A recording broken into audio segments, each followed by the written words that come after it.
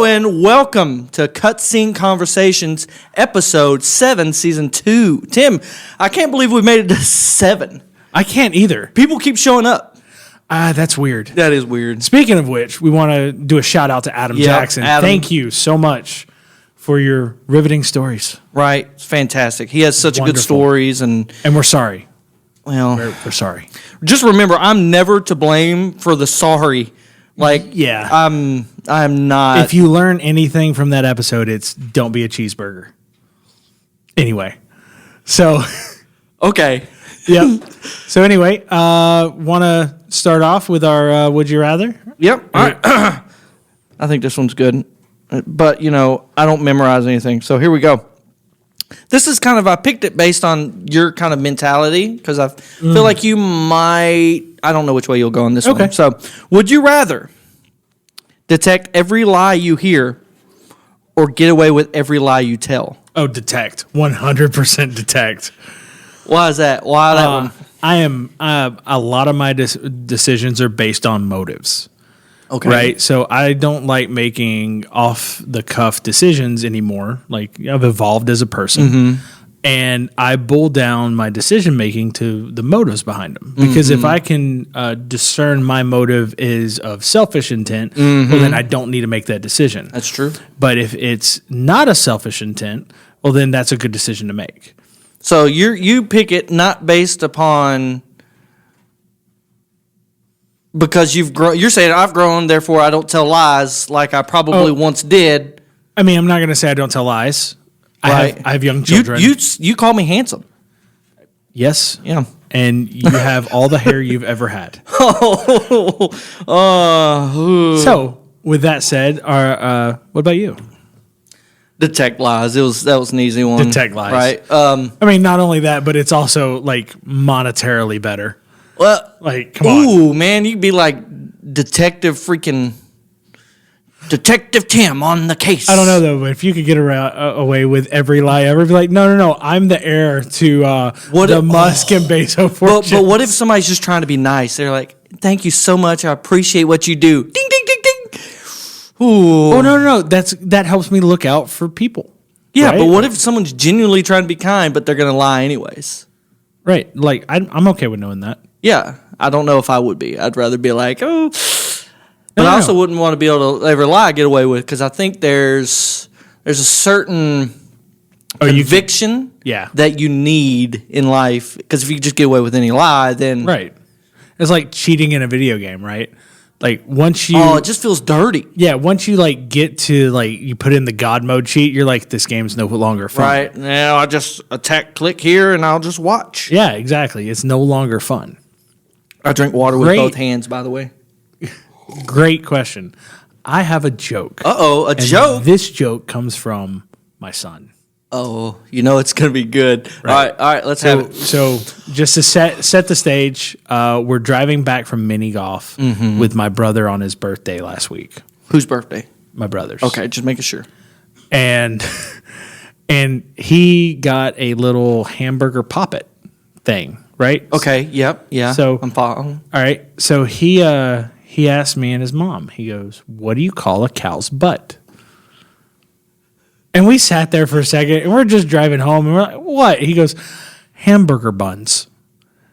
We lost it. 8 years old, comedy genius. I didn't think of that stuff when I was 8. Hamburger buns. Hamburger buns. I'm not going to lie. I didn't get it till I said it. Sometimes that's the way it is with Hamburger life. I know, I got it when I buns. said it out loud. So I've been over here like, man, I didn't think that was funny. And now I said it out loud. Hamburger bun. Oh, bun. Buns. Yep. I never claimed to be intelligent. But, I mean, that's a joke from an 8-year-old. That is good, though. That's amazing. He has a bright future ahead of him. Oh, I'm so scared of his teenage years. Whew.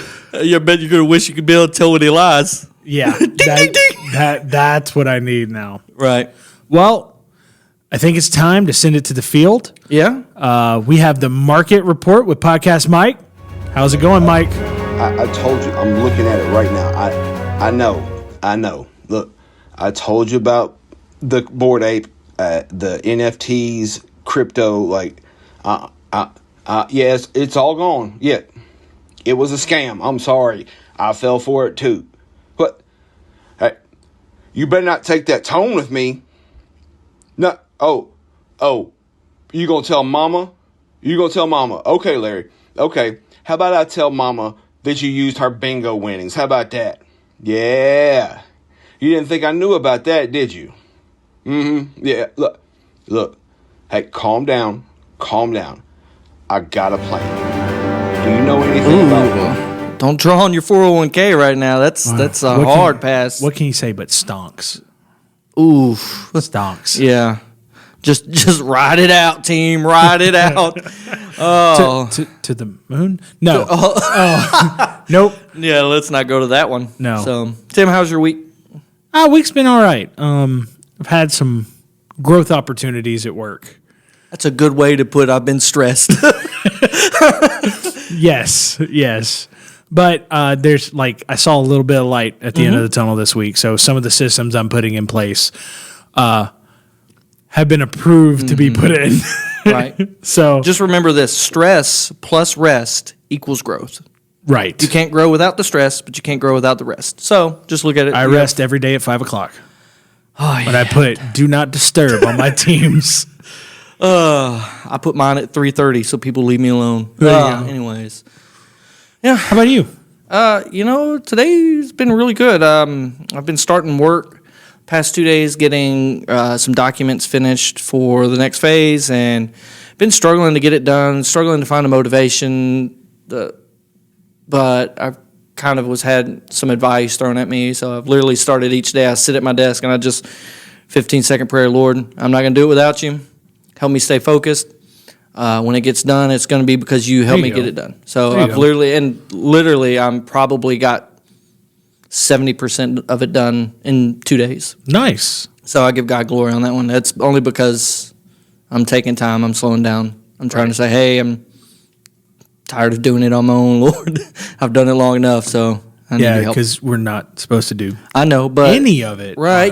But we talk about experiential knowledge. Yeah. And God sometimes lets us experience experiential knowledge, even though he's like, he knows. Yeah.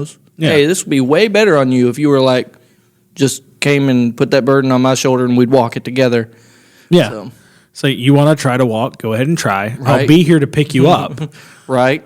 But But yeah, so I got that done and it's good. It's been really good to be able to get caught up and it feels good. But it's so different. It's not like because a lot of times when I'd finish stuff, there'd be a lot of look at what I got done, but it just feels so different because I know that I've gotten where I have because of him. So it's like it's just different. It's just different. I don't know how to describe it until you get to the point where you're letting God bear burdens. Yeah. And if you've never been there, I don't know if you know.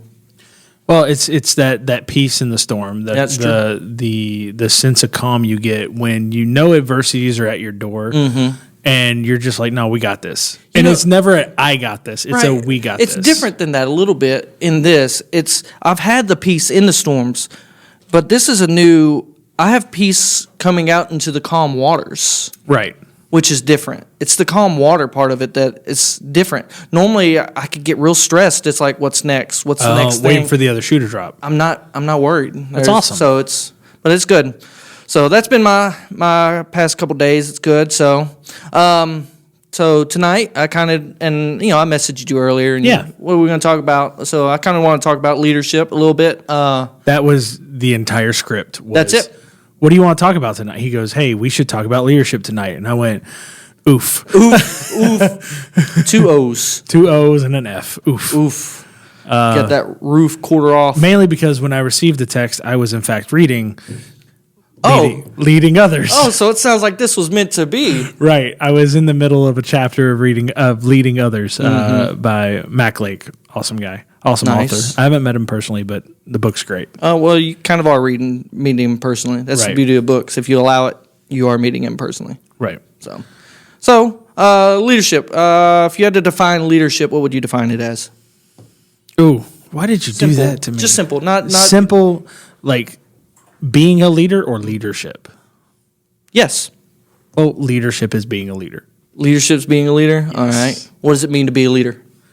to work with towards a goal, Right. but to be the one in charge of that. So, like me and you completing a task together, if something goes wrong, it falls on me. If something goes right, it falls on me. But we praise the workers, right? Right. So it's definitely a position set above, and a position that will guide and help and direct. Substantially different than a boss, right? Right. Like a leader will do the work with you and show you how and get you through, and care more than just about the end goal.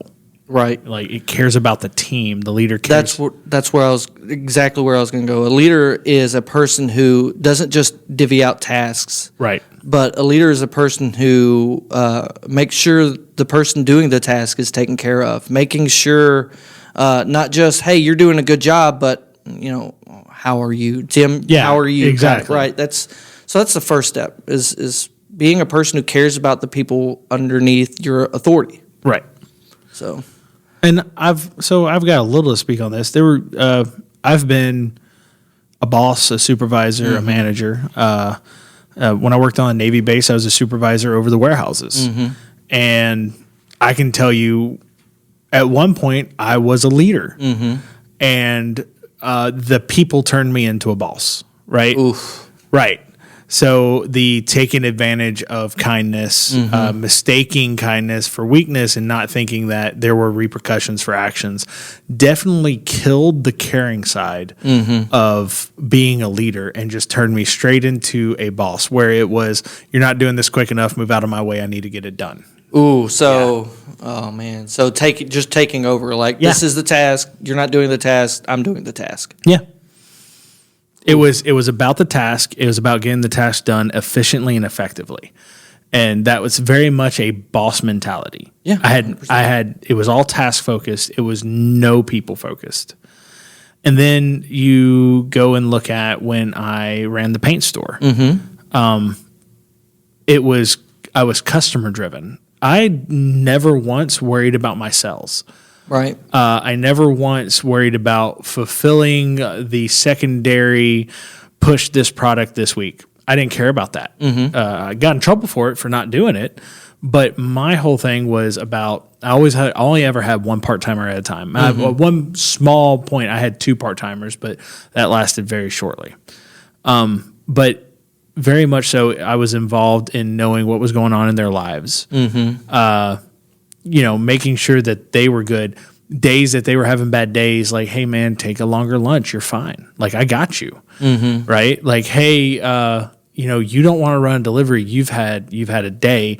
I'm going to go run this delivery. The store manager, I'm going to go jump in the truck, load it, and run this, 25 miles out and come back, and you're fine. Do you want me to pick you up anything on the way? And I kept that mentality all the way through. And the people in that job was the best. Now, what made me leave that job was above me. Yeah. Right? Because I had leadership I above had you, no leaders. or the lack thereof. Exactly. I had no leader. I had bosses. I've always heard it said that people don't quit jobs, people quit leaders. Yeah. 100%. And that's true.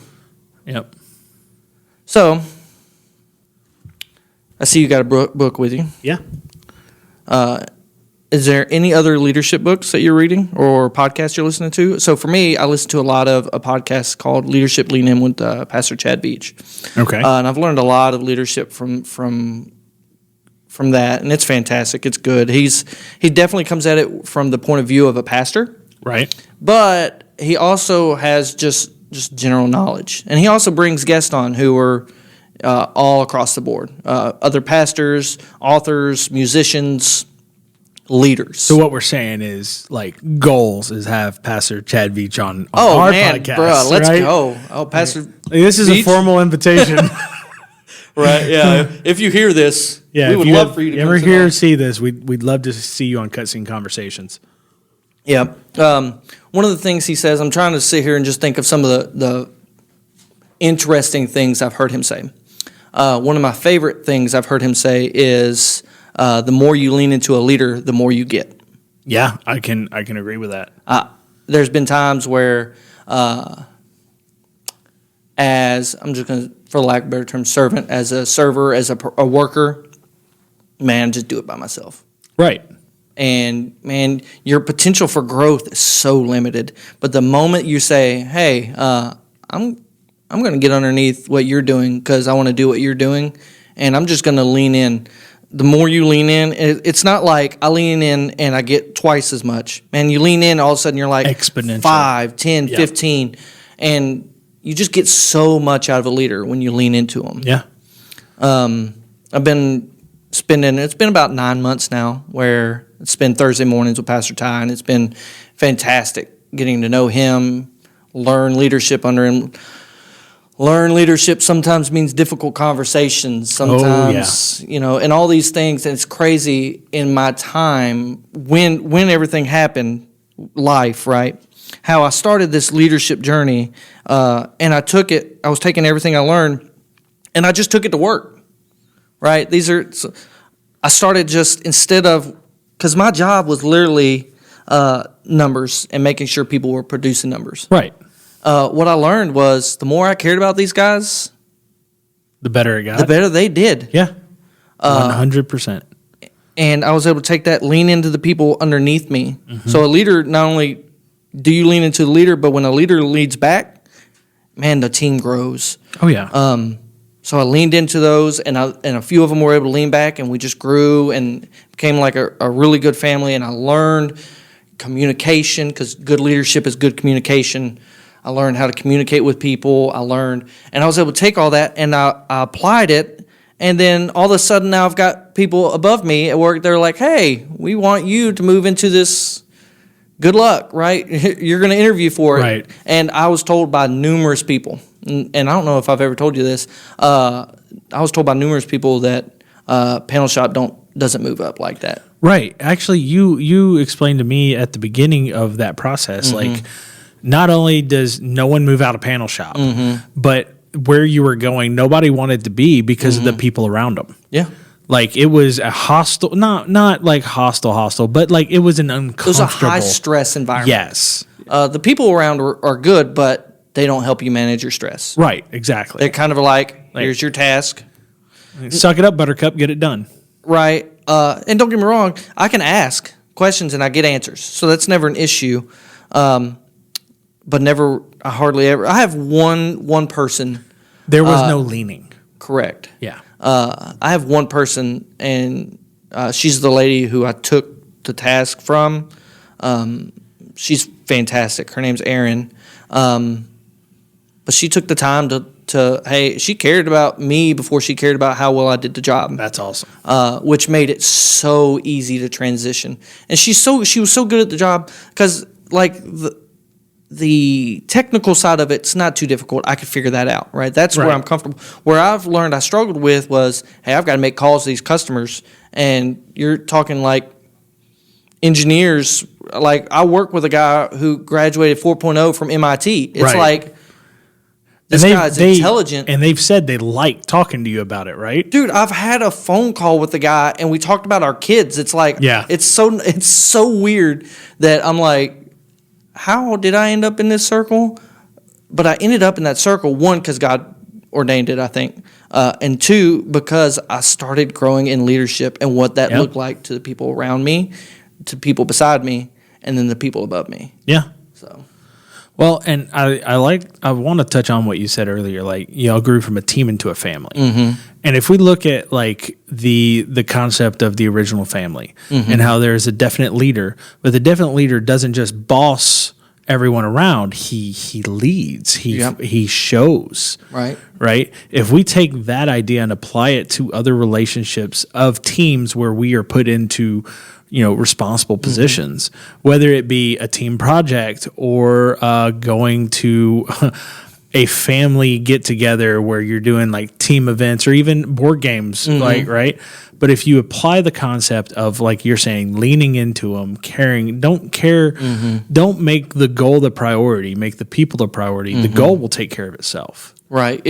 And the thing is you're right. If the people feel like they're the priority, when you have to give the hard, okay, you're in the car, my kids know I love them, they know I care for them, they know I'm for them. Right. But when we're pulling up and we're going up that driveway and I have to have that if y'all misbehave in this house, Right. They'll never find your body. right? But they also they trust that I care first, Right. before the direction comes. So, Well, and from a team aspect, taking criticism from someone that knows about your life versus taking criticism from somebody that checks in on you when something goes wrong.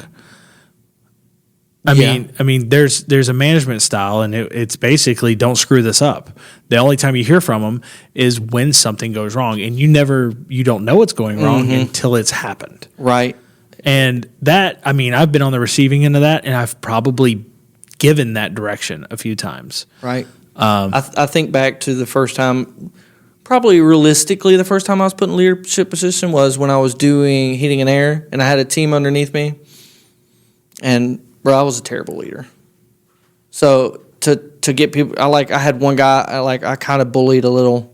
Hindsight, it was bullying. But, I don't want to justify it. We gave it back and forth. It was a back and forth. So it wasn't a one-way street. At the end of the day, I did care for the guy.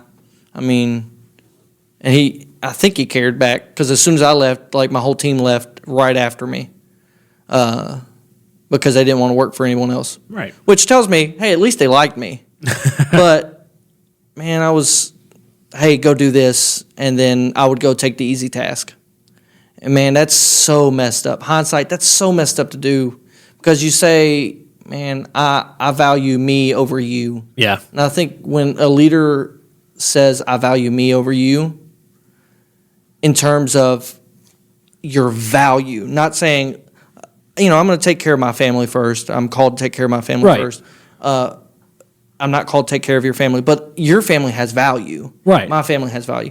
When you say my family has more value than your family, I think that's where you start getting to this weird. You've stepped over a line. Yeah. You've definitely come from. We're going to talk about motives again. Mm-hmm. You're coming from a motive of I would say pride at this one. Yeah, pride and selfishness. Because you're literally putting someone under you. Mm-hmm. And where the antithesis of pride is humility. Yes. And you can definitely say that is the opposite of humility, so thus it must be pride. Yeah. So I'm sitting here, I feel bad thinking back on it, but I'm not. I feel bad, but I've since talked to him. We're good, but right. Yeah, I was a terrible leader. Well, it's a great growth opportunity. It was. Bill and Ben, y'all are fantastic. That's all I'm gonna say. There you go. That was an awkward drink, and I'd like to point that out. What? Since I went this way over the mic? Yeah, over the mic. Look, okay. Doesn't make me nervous at all. Oh, then here, let's do this one. There you go. That's a wonderful mug, by the way. Oh, I know. I don't know if y'all have noticed this out there, but I'm using a Tim cup. Yes, because he refused to bring a mug the first 2 or 3 episodes. You were like, and then I'm like, no, you're stuck with that mug for the rest of the season. Yeah, and such I am. Yeah. I mean, but I don't mind being Tim, the man, the myth, the legend. That's right, because he's a great guy. He is a great guy. You ever meet him? Right. No. He's a good leader too, and a good friend. Oh, you really know him, don't you? Yeah. You should introduce me. I will one day. Well, I think that was great. That was a great discussion on leadership. Thank you for bringing that subject up, even though I was very adverse to speaking about it. I almost wanted to not talk about it because of your reaction to it. I almost said let's change it because your reaction was like, ugh. I'm glad we talked about it though. Yeah, no, that's if you ever bring something up and I'm like, that means we probably need to talk about it. That probably means Tim's dealing with it. I meant. Yeah, exactly. Well, for Cutscene Conversations, I'm Tim. And I'm Jesse. We'll see you next time.